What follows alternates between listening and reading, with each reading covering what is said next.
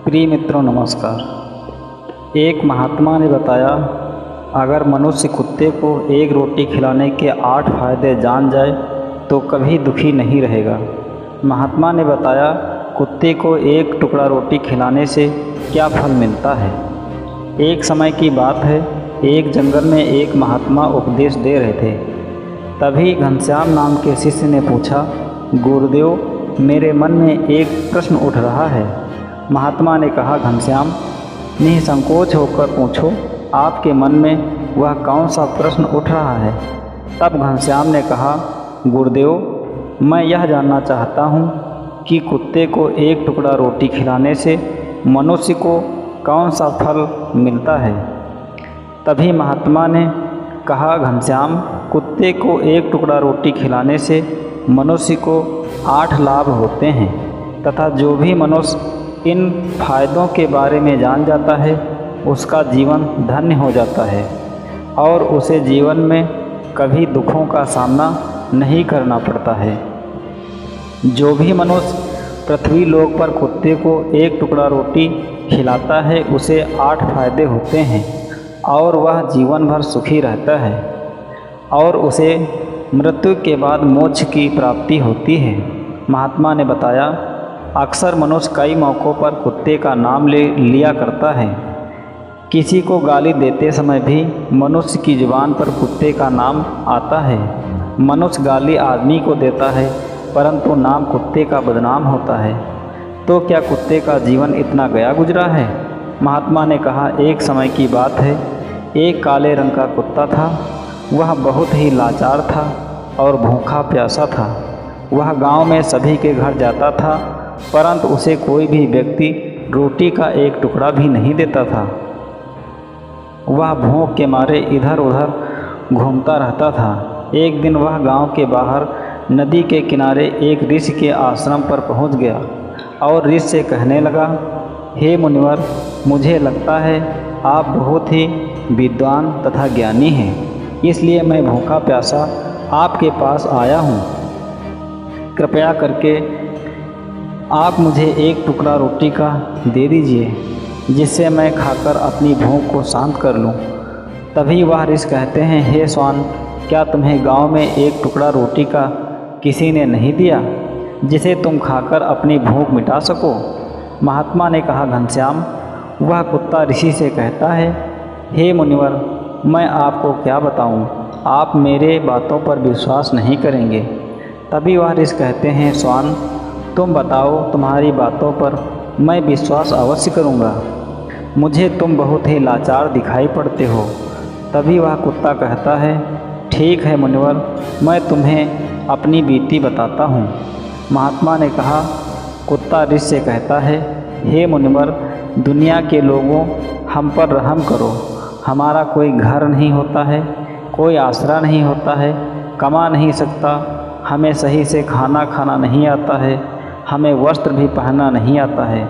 इसलिए सर्दी, गर्मी और बरसात में हम ऐसे ही घूमते रहते हैं।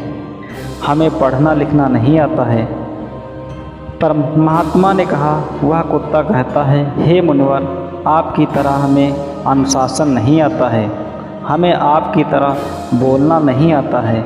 यह हमारा दुर्भाग्य ही समझिए, परंतु हमें आपकी तरह भूख भी लगती है और चोट लगने पर हमें आपकी तरह पीड़ा भी होती है।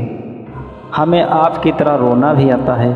बस इन्हीं 3 कर्मों में हम आपकी बराबरी करते हैं। इसलिए हम पर दया दिखाइए, हमें और कष्ट मत दीजिए। ईश्वर ने तो हमें वैसे ही कष्ट देकर ही भेजा है, ऊपर से आप लोग हमें परेशान करते हैं। हम आपकी तरह मनुष्य नहीं हैं, हम पराधीन जीव हैं। जब हमारा जन्म हुआ था उस समय हमारे आँख, कान, नाक बंद थे। कह नहीं सकते कि उस समय आपके जन्म पर जैसे नाच गाना होता है, बाजा बजते हैं, खुशी मनाई जाती है, वैसे ही हमारे जन्म पर भी यह सब हुआ होगा।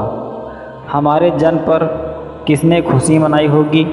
हम जिस बिछौने पर थे वह रुई सा नरम था, सर्दी बिल्कुल नहीं लगती थी।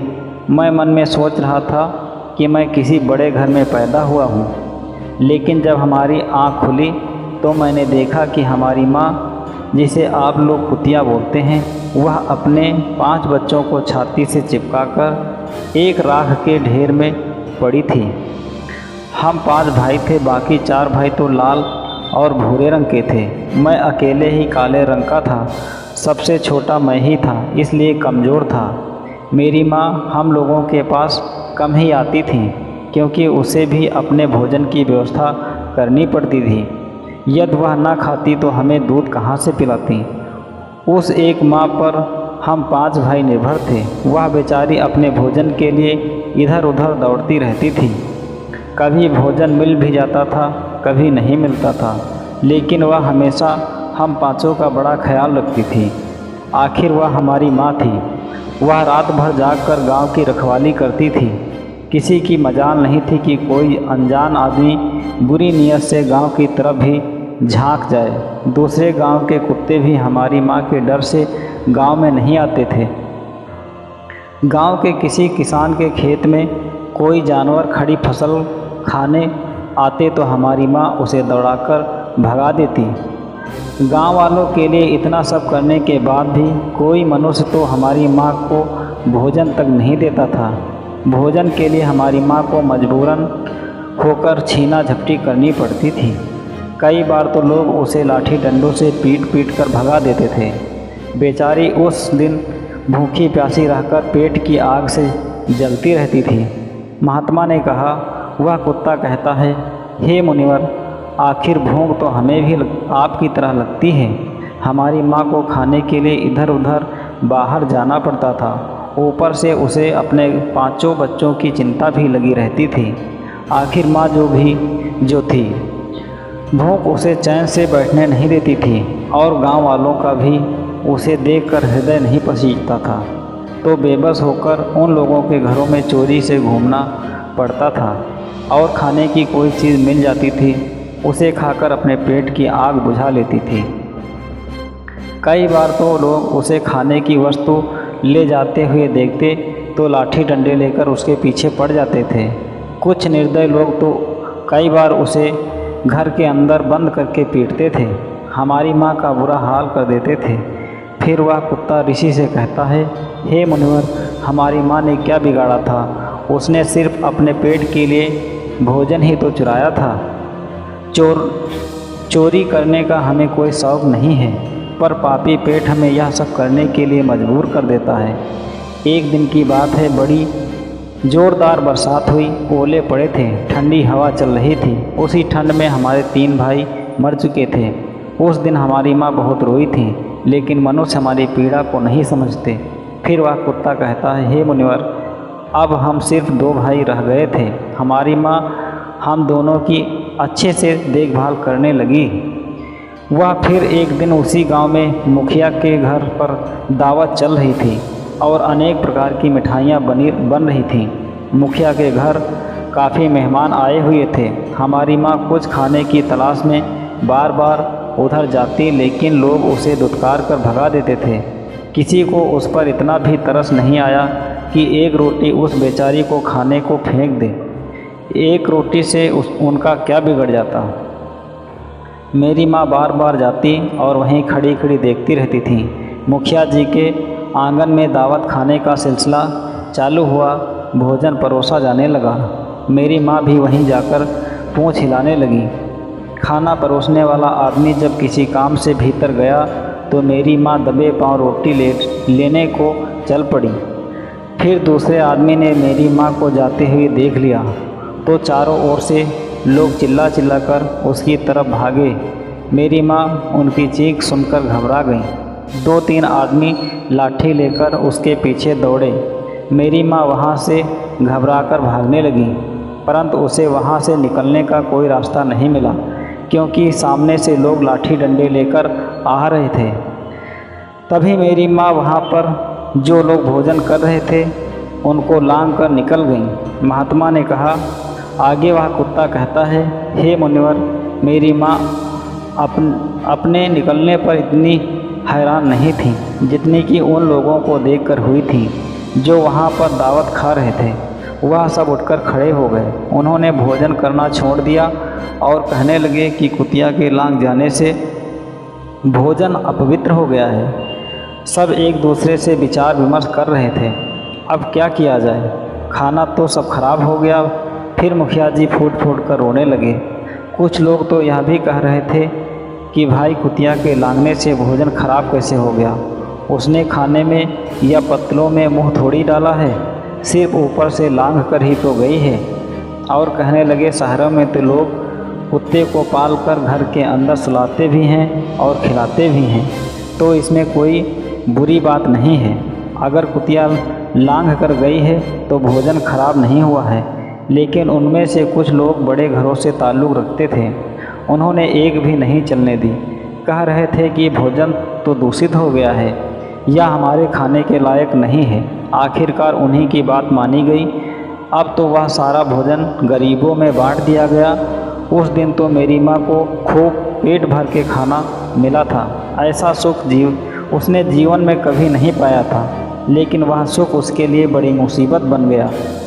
भोजन करके वह आराम से लेटी ही थी, इतने में वह मुखिया डंडा लेकर वहाँ आ पहुँचा और उसे बुरी तरह से पीटने लगा। उसे उस बार भागने का कोई भी अवसर नहीं मिल पाया। डंडों की चोट से वह बुरी तरह से चिल्लाने लगी। माँ का विलाप सुनकर पत्थर भी पिघल जाता, पर उस निर्दयी को उस पर जरा भी रहम नहीं आया। वह उसे कठोरतापूर्वक पीटता रहा। माँ का वह शोर पूरे गांव में सुनाई दे रहा था। तब कुछ लोग आए और उसे समझाते हुए बोले, मुखिया जी जाने दो उसे, भूख में तो आदमी की बुद्धि भी भ्रष्ट हो जाती है। यह तो एक पशु है, इसे अच्छे बुरे का ज्ञान नहीं है। अब इसे मारकर आपको क्या मिलेगा, जो होना था सो हो गया। लोगों के समझाने के बाद उसने हमारी माँ को पीटना बंद किया। माँ ने आकर सारी कहानी हम दोनों भाइयों को सुनाई। हमने सोचा कि कितना कष्ट भरा है हम कुत्तों का जीवन। आदमी एक रोटी के टुकड़े के बदले एक चोर के जितना पीटता है। बेकार है ऐसे लोग जो हम लोगों की पीड़ा को नहीं समझते। महात्मा ने कहा, वह कुत्ता कहता है, हे मुनिवर, एक दिन की बात है, उसी गांव के बाहर एक साधु रुक गया जो थका हारा हुआ था। उसने अपने भोजन के लिए एक मिट्टी की अंगीठी बनाई और उस पर दाल बनाने के लिए रख दी। उसके बाद आटा गूंद कर रख दिया और वह वहीं पास में कुएं पर पानी लेने चला गया। इधर कहीं से मेरी माँ भी भूखी हुई वहीं पहुँच गई। उसने आटे को देखा तो सोचने लगी कि शायद इस आटे का कोई मालिक नहीं है। यही सोचकर वह उस आटे को खाने लगी। उधर उस साधु ने कुएं के पास से देखा कि उसका आटा एक कुतिया खा रही है, तो वह बहुत दुखी हुआ और वह बेचारा रोने लगा, क्योंकि वह भी 2 दिनों से भूखा और थका हुआ था। कुछ लोगों ने उसे कहा, अरे साधु जी, इस कुतिया ने तुम्हारा भी आटा खराब कर दिया है। कल तो इसने मुखिया जी की पूरी रसोई खराब करके रख दी थी। साधु दुखी होता हुआ बोला, भाई मुझे क्या मालूम था, यह दुष्ट कुतिया मेरे आटे को खाने के लिए घात लगाए बैठी है। और साधु क्रोधित हो गया। साधु ने ना आओ देखा न ताओ, लाठी लेकर उस कुतिया के ऊपर टूट पड़ा। माँ उस आटे को ठीक से खा भी नहीं पाई थी और उस आटे से ज़्यादा उस पर लाठी बरसाई गई। महीनों तक मेरी माँ लंगड़ाते हुए घूमती रही। तब उस दिन समझ में आया कि आदमी कितना खुदगर्ज है। हम उसका कोई भी कार्य करते हैं तब भी वह हमें नहीं समझता। आगे वह कुत्ता कहता है, हे मुनिवर, हमारी कमी यही है कि हम उन मतलबी इंसानों के अधीन रहना चाहते हैं जो हमें कष्ट देता है, जो हमें प्यार से खिलाता है। हम उसके कितने काम आते हैं यह नहीं पता। उनके घर की रखवाली करते हैं, साथ ही साथ और भी बहुत सारे लाभ हैं जिन्हें मनुष्य नहीं जानता। महात्मा ने कहा, घनश्याम, यदि मनुष्य कुत्ते को रोटी खिलाने के फायदे जान जाए तो अपने जीवन में होने वाले नुकसान से बच सकता है। आज मैं आपको बताऊंगा कुत्ते को रोटी खिलाने के 8 फायदे। मनुष्य को पता नहीं है कि जब भी घरों में रोटी बनाई जाती है तो सबसे पहली रोटी गौ माता की होती है और पिछली रोटी कुत्ते की होती है। महात्मा ने कहा, ऐसा ही विधान भगवान ने बनाया था, लेकिन भगवान के बने उस विधान को भूलकर मनुष्य अपनी अगली और पिछली रोटी स्वयं ही खा जाता है। इसका दुष्प्रभाव उसके जीवन पर पड़ता है।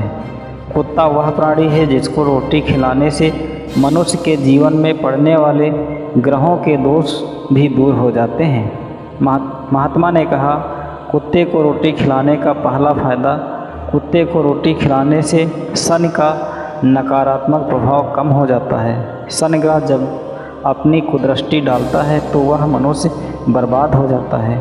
जिस व्यक्ति पर उनकी महादशा का आरंभ हो जाता है तो बने बनाए काम अपने आप बिगड़ने लगते हैं और वह मनुष्य आर्थिक तंगी का शिकार हो जाता है। उस स्थिति में व्यक्ति यदि कुत्ते को रोटी खिलाता है तो उस पर शनि का दुष्प्रभाव बहुत ही कम हो जाता है।